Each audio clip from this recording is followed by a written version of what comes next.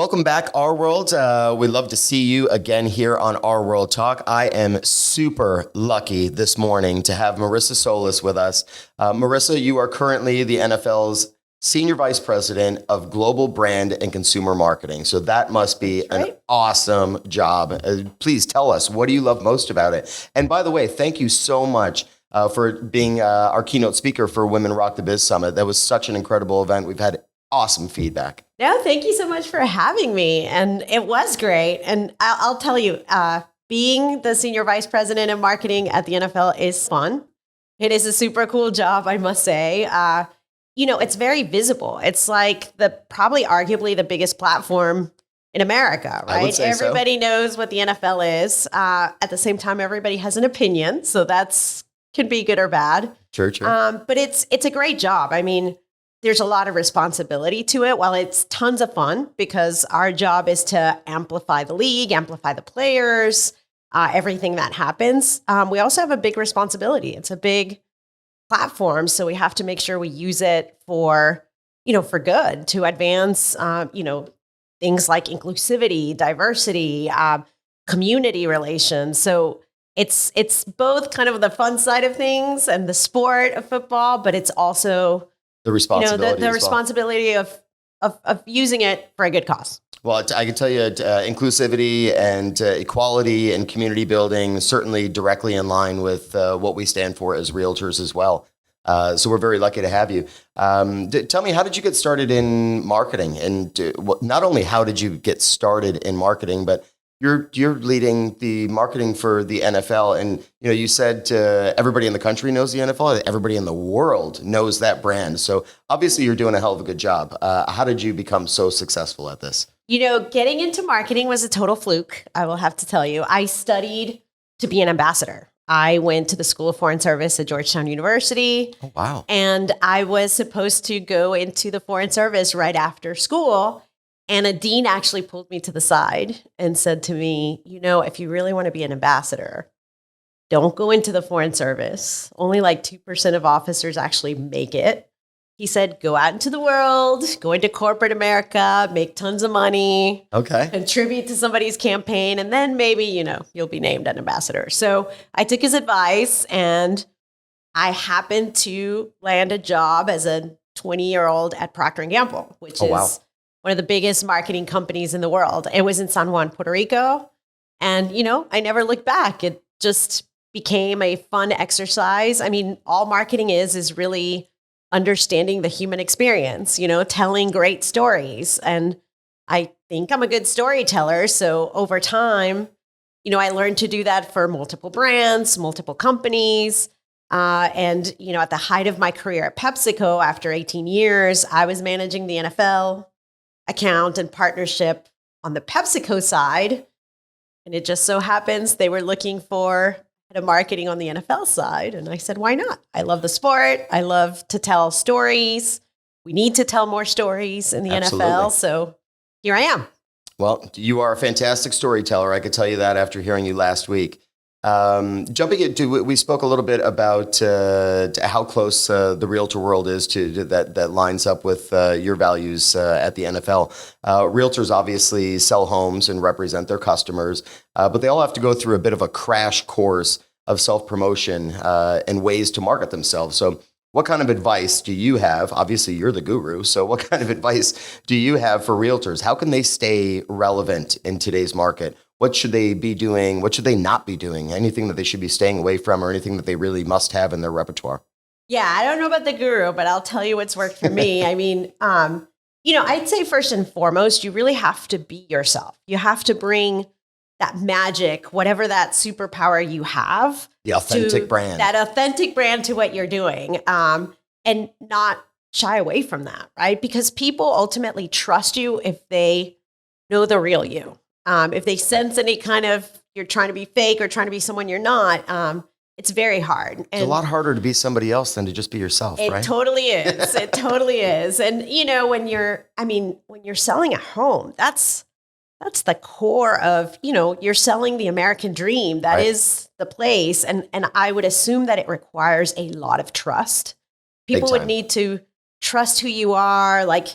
So I'd say have to be super involved with that community that you serve. Absolutely. Make sure you're visible. Make sure people know who you are and see you walking the walk, not just talking the talk. Because once they know you, they understand who you are, they're more likely to trust you and call you in that biggest decision of their life, right? Which is to buy a home. So I would stay very relevant in your local community, very involved, and have strong points of view around that community, and make sure you know the people well, because once people come to buy a home, trust is going to be the factor that gets That's true. you. Yeah, I think when you start to lose trust in the middle of a transaction is when everything starts to go south, because the seller or the buyer really needs to understand that you're their point of resource, you're the professional in the middle of the transaction, and you've got all the knowledge that it's going to take to get them to the finish line. But when that trust starts to erode, that could to give you some potential issues with the transaction. But you touched on a couple of things. You had mentioned community and staying involved in the community. And I think that's really, really important, especially in this day and age. There's so many people who have a real estate license. I'm sure there's a lot of people that are in the marketing world that you're in as well. And the ones that are trusted to get the job done, and the ones that have a proven track record of, like you said, promoting equality, making sure that you're involved with the community that you're serving. If we could build strong communities, think about how much better those communities are going to be to live in. Because as realtors, we're not trying to sell you anything. You tell us what kind of lifestyle you want, and we try to go out and find that lifestyle. And basically, we're matchmakers. So I agree with you. Definitely staying involved with the community, being true to yourself, being your authentic self, and certainly telling that story. You could do a lot of community work. And of course, that's going to be a great way for a realtor who may be listening to this podcast. Stay involved in your community, and you will see that the business will come to you, because people are going to see that you're there to help the community. You're there to help build the community. So certainly fantastic advice. So you've made it your life's mission to broadcast a diverse message, like we were just talking about, promoting inclusion and equality. You have a proven track record of successful campaigns with high-profile brands like Procter & Gamble, like you already mentioned, PepsiCo. What drives your passion for diversity and inclusion? I think part of it is, it's who I am. So we were talking about authenticity. I'm an immigrant. I came to this country from Mexico City. I grew up in a border town in South Texas. And so I got to see, a lot of the, how that diversity kind of drives the business. My parents owned restaurants. When I was young. And so I grew up in that restaurant business. It's grit, 24/7. And I just, as I grew up in that world and in a border community, I realized there's so many people who don't have a voice. That is so true. Many times they're not seen, they're not heard. People don't care about these communities, and there's so many, and they're obscure. And one of my early missions, and even as I wanted to be an ambassador, I wanted to give these communities a voice. I didn't become an ambassador, but in everything I do, that's kind of my thing, make sure people in these communities are seen, are heard, are represented, because they enrich the world. If the world was just one size fits all, it probably wouldn't be as cool as it is, How right? boring would it be? So it would be very boring. Very boring. So, that is my personal mission. I married that with my work and marketing. But I think anyone can do that. You can marry your personal mission with your work, and then really you'll never have a work day in your life, because you're doing what you are meant to do. And with that, there's a sense of purpose, and also a sense of fun too. Absolutely. Yeah, I totally agree with you. It's so funny. You've given me like a few answers now to these questions, and really is so perfectly aligned with what we do as realtors. Because going through the communities that we serve and finding out what people's pain points are, and we take those pain points and compile them into talking points that we actually take up to Tallahassee, which we're about to do in a couple of weeks for Great American. Actually, it's about to happen. A couple of weeks. I've been saying a couple of weeks for a couple of weeks now. Heading up to Great American Realtor Days. So we're going to go up and we're going to talk to our legislators and be the voice for the people in our communities that don't have a voice of their own. So it's really cool how similar how similar our businesses are aligned, because obviously in our world, it's all about marketing the same way that it's all about marketing in your world. And being able to have that larger voice for the community is so fulfilling. So let's go talk about who you're following these days. Who's giving you your inspiration? What types of leaders, in the marketing world? Is there a podcast that you follow? Is there particular leaders that you follow? Who you bringing your inspiration from? Yeah, I get a lot of inspiration from, big leaders doing great things, particularly in big companies, also nonprofits. I always looked at PepsiCo. I was there 18 years. And so there were a lot of people that inspired me there. Ramon LaGuarta is the CEO. He is incredible. Andrew Newey was the previous CEO, and she's written a book about her life and what's inspired her. That is great. There's a gentleman named Mauro Porcini. He's the head of design there. He just wrote a book about the kindness in people and how, really exploring that kindness leads to great creativity, which I think is a really awesome concept. Yeah. So things like that, companies like Disney, Bob Iger, companies like Patagonia who do great for the community and the climate and the environment. So they certainly do. Always a line of, business and profit, but purposeful profit and doing it in a way that inspires people and, creates great storytelling. So it's kind of the combination of all those things. Right. Okay, very cool.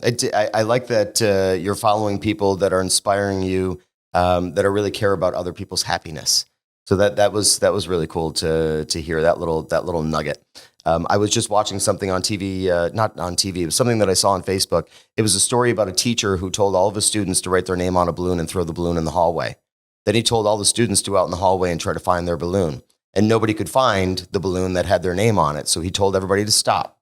And he said, okay, now you go back through and you take whatever balloon you have in your hand and you go and try to find the person whose name is written on that balloon. And within a minute, all the students had the balloon that they needed with their name on it. So it was sort of a story of if you're always focused on finding your own happiness, it's going to be a lot harder than if you just try to help other people find their happiness and then everybody around you is happy. So definitely. Nice little inspirational story. So we've heard for several years now that there is power in telling your story. We've touched on that. But how important is that still today, in your opinion? Should realtors figure out a way to convey that story to consumers? Do you have any advice on how to maybe tell your story a little bit better? Yeah, I think, the power of storytelling is incredible. It moves people to do things. And, I think as a realtor, especially if you're not selling houses, you're building communities. And so the stories that you tell, allow you to bring the right people in that you want to build a community for. And, in terms of advice, it's always the real story. I think people get nervous that is my story going to be interesting enough? Is it cool enough? And every story is special. So I think if you just focus on, the real story and maybe critical points that, moved you in a particular way, then you put that together, and over time, you learn to tell it in a way that's compelling. But but it has to be real. Like I said earlier, I think these in this day and age, when you see so much stuff everywhere, you're on social media and you're on streaming and there's just messages hitting you from all directions. Right. You learn to recognize what's real and what's not. And if somebody is BSing you, you kind of turn it off. Yeah, some people you see on Instagram, it's like your life really can't be like that. Exactly. Which actually, that's a really good point. I think vulnerability is key. Okay, that's a really good point. Everybody is vulnerable, and people are looking for, a point of inspiration and help. They don't want to know that your life is perfect, because it probably isn't. But they don't want to know that. They want to know what struggles you've been through and how you were able to get through those, because they may find a nugget of inspiration in the struggles that they're going through. So I think embracing vulnerability is awesome in your story. We all have had something that we've gotten over or gone through in our lives. And I think telling those stories is so much better. Yeah, I think, you hear somebody who's got a really good success story that maybe they were a single mom that became a realtor and started their own business. And now they're clearing, huge, huge money each year to take care of their family. And they maybe have gone through struggles that nobody could possibly even imagine in their life, but that somebody else will draw so much inspiration from that. And then somebody who's looking to you for advice could say, they've been through it before. They've gone through all this kind of stuff. This is the real deal right here, as opposed to somebody who you look at and go like, have you really had any struggle in your life? It's kind of hard to relate to people who haven't been down any kind of road that you've been down. So I think it's definitely important to let people know who like you said, your true, authentic self is so important, especially these days when everything on social media can be twisted in some way. Gosh, filters, AI now is like, taking the world by storm. So you see these people's pictures on, social media and you're going, gosh, who is that? So yeah, I think definitely being really true, not only telling your true authentic story, but I think it's really important these days to be true to yourself and be true to who you are and not try to be somebody else. Just be that kid from Buffalo is what my mom always, would say, like, just be yourself and you'll be fine. So very, very cool. So we're going to wrap it up in just a couple more minutes here, but working with the NFL will lighten it up a little bit, has had to offer some funny stories or maybe some memorable moments. So is there anything that you could share? Is there any tea that you could spill with us that's not going to get you in any trouble when you get back home? That's a great question. Working for the NFL is a bit surreal. There's so many moments. I can't imagine. I'll tell you a great moment that I'll remember forever, and then a bit of a funny moment. Okay. But, when I first joined the league, and my very first meeting, so every Thursday, the senior team meets with Roger in a big boardroom in New York. Our office is in Park Avenue. Okay. And there's a massive boardroom, and it's got this insanely large boardroom table, and it's I can only imagine. It's got this titanium logo of the NFL in the middle. It's pretty cool. So my very first meeting, going into that room and sitting down, and Roger comes in, and it's all the leaders of the big executives of the NFL. Right. And I'm sitting there in the room with all these people looking around, and it was just like insane. I can't even describe it. I texted my husband and I said, "You are not going to believe where I'm sitting and like who I'm surrounded by." And my husband, he always brings me back to reality. He's like, "Yeah, you're in the room. You belong there." Yeah. Like, it was kind of cool. So that was a cool moment. There. Okay. That was a very cool moment. I still get the chills every time I walk into that room, and I walk in that room every Thursday. So it's cool. Funny moment. It just happened during Super Bowl, this past Super Bowl. The commissioner throws a big party on Friday. It is his party. It's all of the owners, big CEOs of companies, sponsor companies, a lot of celebrities. And it's great. You walk around and you're mingling with people. This is the Friday of Super Bowl weekend? This is the Friday of Super Bowl weekend. It is the commissioner party. Nice. It is a very cool, obviously very exclusive party. Right. Very fun. And so my husband and I are walking around with another couple that we were hosting, and we walk into this large room where there's all these couches. And each couch is labeled with a team, the team logo. Okay.